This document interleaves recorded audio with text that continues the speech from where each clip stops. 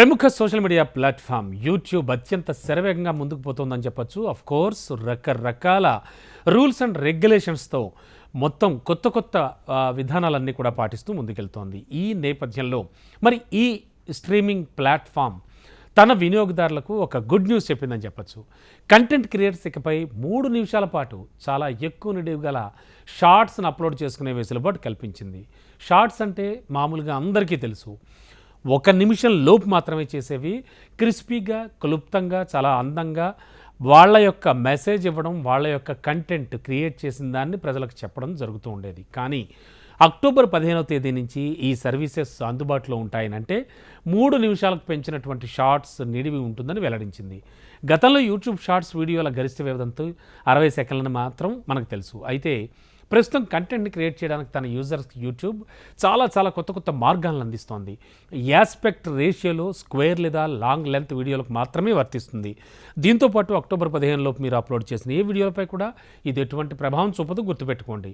రాబోయే మంత్స్లో long shorts కోసం కావాల్సిన అంశాలను మరింత మెరుగుపరచడానికి మేము ఇంకా కృషి చేస్తాం అంటూ కూడా కంపెనీ ఒక బ్లాగ్ పోస్ట్లో తెలిపింది. మరి కంటెంట్ క్రియేటర్స్ తమ వీడియోలను దీర్ఘకాలంగా ఉంచడానికి వాళ్ళు 16:9 వంటి వైడర్ ఆస్పెక్ట్ రేషియోలో వీడియోస్ అప్లోడ్ చేయొచ్చు.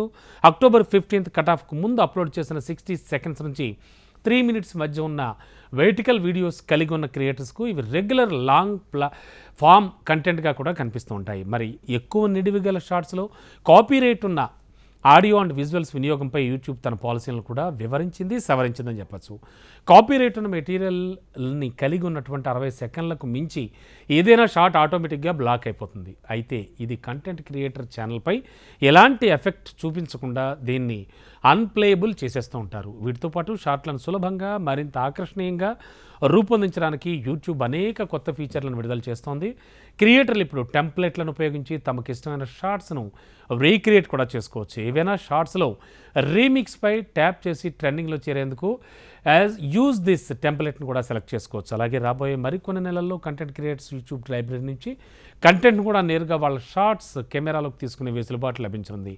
యూట్యూబ్ ప్లాట్ఫామ్లోని మల్టిపుల్ క్లిప్స్ను ఉపయోగించి క్రియేటర్స్ తమకు ఇష్టమైన వీడియోస్ కానీ మ్యూజిక్ వీడియోస్ వంటి మరిన్ని క్లిప్స్ను కూడా రీమిక్స్ చేసుకుని యూజ్ చేసుకోవడానికి ఈ ఫీచర్ అనుమతిస్తుంది. ఏడాది తర్వాత YouTube shorts Google DeepMind VO అని ఇంటిగ్రేటెడ్ చేస్తుంది. ఇది కంటెంట్ క్రియేటర్స్ అధునాతన వీడియో బ్యాక్గ్రౌండ్స్ కానీ స్టాండ్లోని క్లిప్స్ను రూపొందించడానికి అనుమతినిస్తుందన్నమాట. మరి వాళ్ళ షార్ట్స్ను మరింత ఊహాత్మకంగా రూపొందించుకోవడానికి కూడా ఇది బాగా ఉపయోగపడుతుందని తెలియజేస్తోంది. మొత్తానికి నిరంతరం కొత్త పద్ధతులు, కొత్త రూల్స్ అండ్ రెగ్యులేషన్తో వస్తున్న యూట్యూబ్ ఇప్పుడు ఇచ్చినటువంటి ఈ వెసులుబాటుని కంటెంట్ క్రియేటర్స్ బాగా ఉపయోగించుకోవచ్చని కూడా ఆశిస్తోంది.